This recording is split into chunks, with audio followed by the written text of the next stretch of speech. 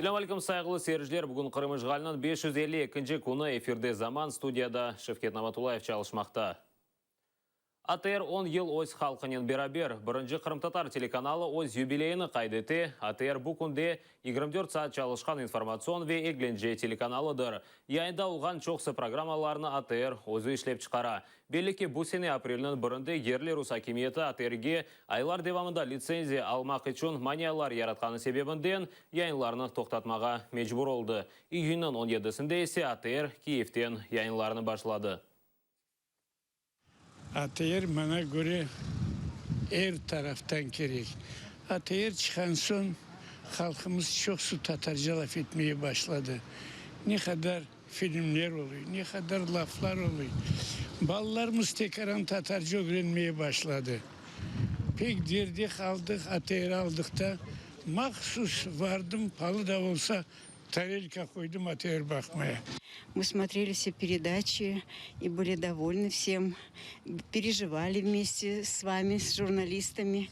А сейчас нам его не хватает, конечно. Ну, АТР для нас все было. Все новости, все там мы узнавали какую-то вот информацию. АТР — это единственный канал, который мы всегда смотрим. Мы АТР очень любим, хотим, чтобы он работал всегда. Это наш любимый канал. Без него, мы, видите как.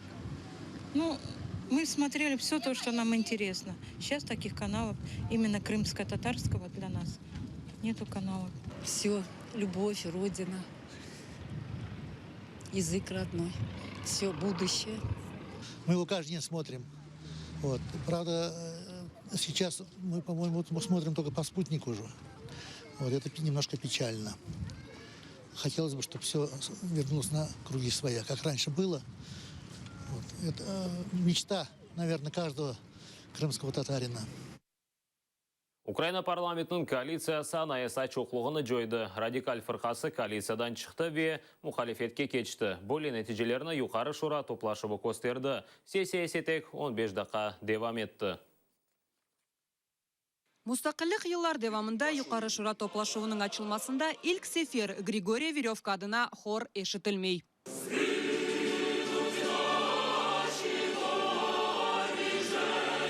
Sükunet Daqqanin parlamentin yanında tünevinki uruşmalar neticesinde elak olgan militsiya xadimlerini hatırlaylar. От я хотів би, щоб хтось поїхав зі мною ховати тих воїнів. Чому? На сьогоднішній день в моїй країні хлопці гинуть від політиканства. Нам треба закінчувати з цією незрозумілістю в наших стосунках.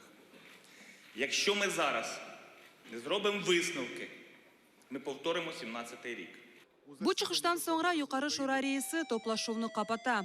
O 15 dakika devam etti. Mebuslar salondan çıkmağa başlaganının Oleg Leshko jurnalistlerini çağıra.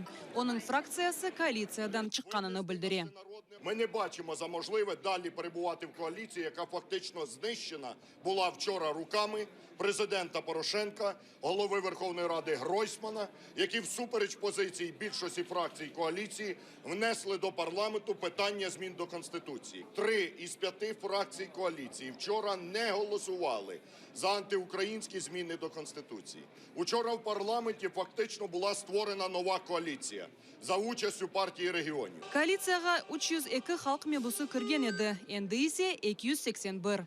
Bu sebepten anayasa çoqluğu yok ola. Poroshenko'nun blokunda ise Leshkosiz çarek tapmağa vade eteler. Коаліція працює, у коаліції на сьогоднішній день достатньо голосів навіть без радикальної партії. Ми здатні працювати, здатні просувати реформи. Ми будемо шукати голоси так само і поза коаліцією. Donbas statusunен bağlı olgan anayasaga kirsetilgen dengişmelerge kol tutmagan Samopomich ve Batkivchina fraksiyaları ise çıkışlarda bulunmadılar. Koalisiya anlaşmasına göre onun terkibinde 226 mebus kalganca koalisiyadan bir fraksiyanın çıkkanı onun çalışmağa devam etmesine tesir etmey. Lila Zinedin, Natalya Kalinka, İslam Pinka, Zaman, ATR. Украина парламенті бинасы янында илек олғанларынан сайысы учке етті. Бүгін хастаханеде алған яралардан сон да бір Нацгвардия әскері илек олды. Опатлаған гранатадан яраланған еді. Бұл ақта Украина ішкі ешлер Назир Арсен Аваков білдірді. Түневін белі олмаған инсан Нацгвардия әскерлері арасына граната ташлады. Олар есе юқары шура бинасына қорчалайды. Тартышмалар нәтижесінде 3 инсан илек олды, 130 инсан яраланды. Шымда 6 инсан ағыр алды хастаханеде болуны. Радио Свободы журналистлері аскер тарафына патлап алетіні атқан инсанны видеоға чықарғанлар. Левхада көрнеке беті қапалы инсан өз шантасындан гранаты чықарып, Нацгвардия аскері тарафына ата. Вақия олған сон жинаятчы мейданы терк етмеге тырыша.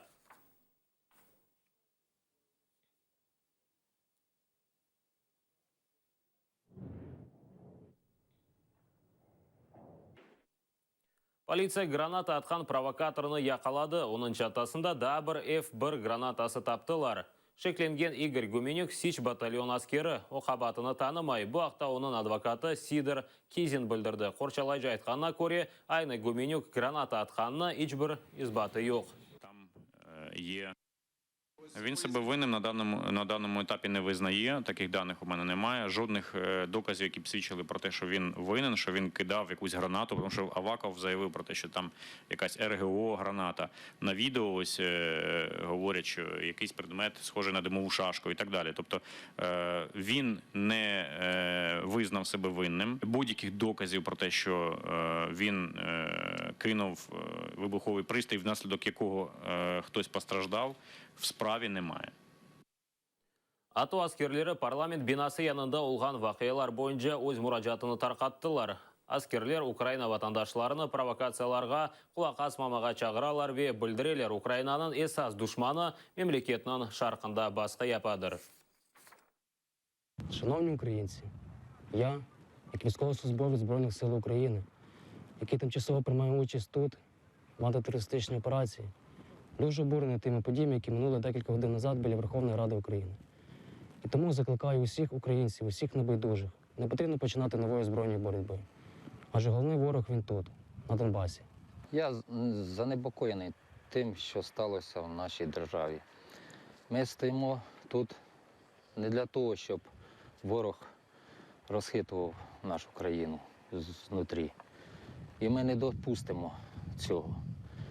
Ми стоїмо для того, щоб діти наші, внуки, сім'ї сміялися, а не плакали.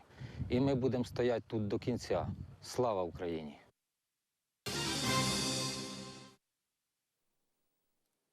Қырымтар халқына низбетен тамыр халық оларақ статусына берген қанун лейқасы азыр. Бұл ақта сияси тетқатлар мерkezінің елбашысы Юлия Тищенко білдірді.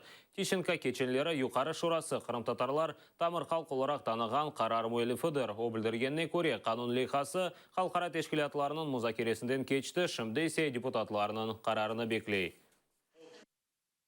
Я надеюсь, что на этой сессии он может быть внесен. И здесь также важно, чтобы и коммуницировать с депутатами, с различными фракциями. Действительно очень жаль, что пока еще и ни правительство, и ни Верховная Рада эти темы не развили так, как, в общем-то, необходимо. Она не воспринимается как очень важная, стратегическая для депутатов, для страны. Ахмеджите Украина шарқында женклешкен Крым батальон елбашысы Станислав Краснов анасы евінде тинтув кечірділер. Бұл ақта адвокат Дмитрий Сотников білдірді. Оның сөздеріне көре тинтувге 12 инсан келді. Станислав Красновның анасы 69 яшында. Қатырлатмақ керек ки комбатның анасына кеченлері Крымны терк етмеге ясақ еткен еділер. Рано утром его мать договаривалась с сантехником, которого тоже звали Стас. И она ему позвонила, спросила: Стасик, когда ты ко мне зайдешь? Видимо, правоохранительные органы подумали, что Стас Краснов находится в Симферополе и решили его брать.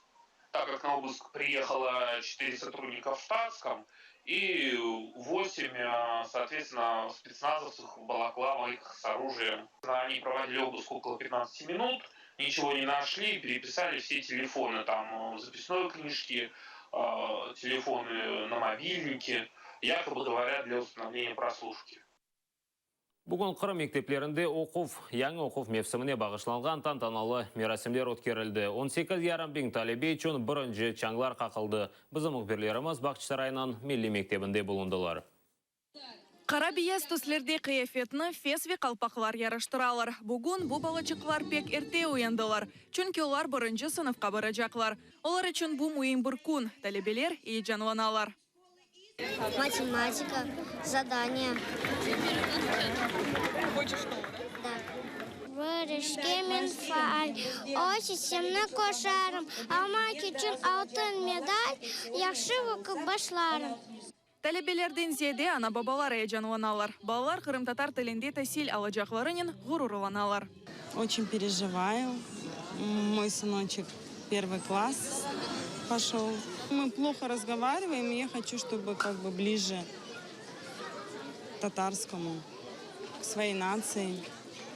Екінші сынып талебелері ise іч жанланмайлар. Олар оқуға азырлар. Мен hocamны сағындым, мектепні сағындым. Мектепні пек sevim. Hoca бізге yaşınay, табысын епсі sevеміз. Бұл сене 11 сынып талебелері үшін ең ағыр. Чүнкі олар имтиян беріп, али оқув юртыларына кірмек кереклер. Ама бүгін талебелерде тек ейі түшінжелер. Әркез үшін бірінші чан янғырай. Байрамдан сон талебелер өз бірінші дәрсінде топлашалар. Оқу весе ярын башланacak. Бақшы сарай милли мектебіне бірінші сыныфқа бұл сене 70 бала кірді. Умумен оларақ Қырымда 18,5 мың талебе үшін бірінші чан янғырады.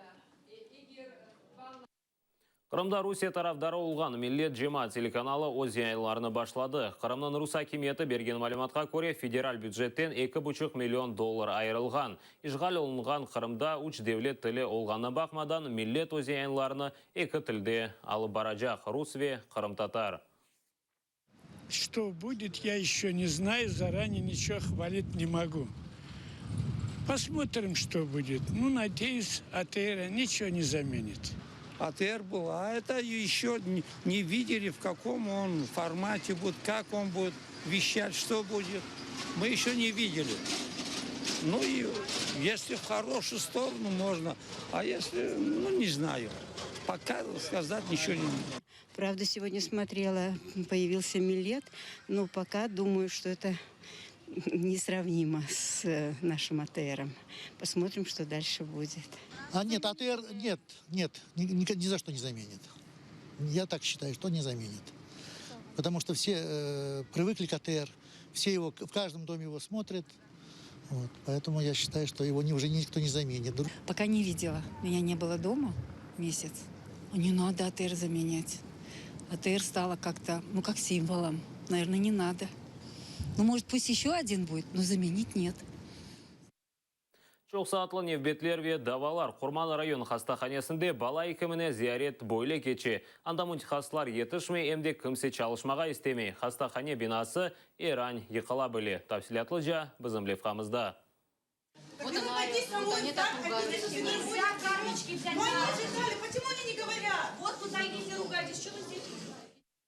Бойле даваларны Құрман район хастаханесінде сық-сық көрмек мүмкін. Кішік баларнен келген ана бабалардың сабыры чыдамай. Кичкеневе бұғыжы одачықта әр күн yüzlerden insanlar топлаша. Епсі екімге кірмек істей. Мында әм хаста балалар әмде сағлам сойлары. Ләкин бір одада болынып, олар да тез хасталана біле. Я стою с утра, моя карточка вот здесь вот лежит. Я до сих пор не могу пройти, потому что они либо сверху закладывают, либо кого-то своих пропускают. Ну это просто... Мне слов просто нет. Но у меня знакомая проходила медкомиссию, у нас с ребенком. К одному врачу 3 дня приходила. Она пришла, очередь на улице заняла. Целый день простояла, прием закончился, потому что уже время, понятно, они тоже люди. Она пришла на следующий день, опять не успела. Она на 3-й день пришла к 7 утра, чтобы в обед сюда попасть. Раньше нормально было, а сейчас вообще уже. Тут до вечера стоишь. İnsanlar saatlarla öz nevbetini beklemek mecburlar. Lakin ekimlerden gayrı kelgen insanlarda ayak yol yok. Nevbetler olganını mütehassıs yetmegeninin anlatalar. Bala ekimlerinden biri vellor ekimi tatilde. Onlardan yerine diğer ekimler çalışa. Люди вынуждены ждать, пока лор-врач выйдет из отпуска. Приходят на прием к участковому педиатру, который, естественно, не имеет права отказать, не может отказать. И смотрит лор больных. Даем направление на стационарное лечение в детскую республиканскую больницу. Яш мутахассислар хастаханеге келип чалышмага истемей. Экимлер айтханына көре, чалышмак үчүн асылында шарайтлер yok. Эким одаларында чатлах диварлар ве чурген табанлар. Это она вся заваливается. Вся заваливается. Я могу сделать тоже кабинет, несколько кабинетов уже за свой счет. Я уже договаривалась, за свой счет именно конкретно со специалистом мне сделают кабинет, 1-2 кабинета. Но опять-таки мы сделаем, оно опять все будет, но стена заваливается. Экимлер айтханына көре бина казаялда болуна. Кечкенсене хастаханеге Кырымның саглык саклап назирлигинден келген эдилер. Ве бина темирге мухтач олганын билдирген эдилер. Ләкин меселе ойледе чезилмеди. Донбасс ве Кырым качакларынын 12 аят хикаялары Киевте вакытча көчкенлерге ве Украинада яшаган эпси инсанларга багышланган театраль дискуссион шекилде спектакль өткөрүлдү. Тафсилатлы Левхада сейретиңиз. А что там этот мой мальчик, который вчера заплакал? Виктория Бугун жемаат эрбабы Лиза Багутскаянын ролini ижра etти. Ayni o Кырымнын ишгал жолубу вакытында аскерлерге ярдам этип, өз позициясыны гизлемейди. Bir kaç вакыттан соң исе Украинага кетмеге мечбур болду. Она была уверена, что она может изменить эту ситуацию. И она готова была делать для этого все, чтобы именно изменить эту ситуацию и любовью изменить. Я учусь у нее быть смелой. Спектакльде Кырым ве Донбастан вакытынча көчкенлеринин 12 аят хикаялары такдим этилди. Роллерни эм студент, эм де качаклар ижра этти. И я с ребенком со своим разговариваю, она там: «О, папа, опять бомбят». Было очень легко понять этих людей. Я чувствую некоторую трудность этого всего. И когда говорю «домой», то я уже не знаю, что там, что такое дом там или дом здесь.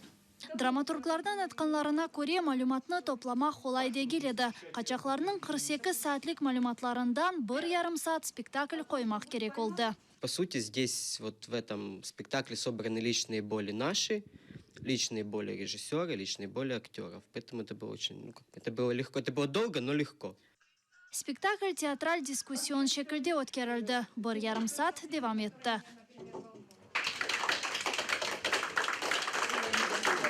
Гульсум Халилова, Эльдар Тарахташ, Заман, АТР. Кырым татарлар анянелеріні ғайрыдан тіклемеге тырышалар. Ялта живарында олған Айвасил койынде сүргін олынған Кырым татарлар девамлы тенефістен сон кенеде көйдешлер корошымыды топлаштылар. Келгенлер айтқанына көре корошывлер сонки 10 ел девамында кечірілмеген еді.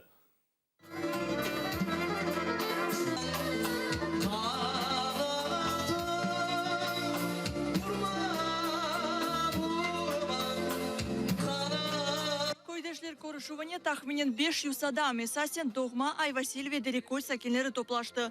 Оңайтлы олсын деп, мұсафірлеріні буюк чадырда ерлештілер.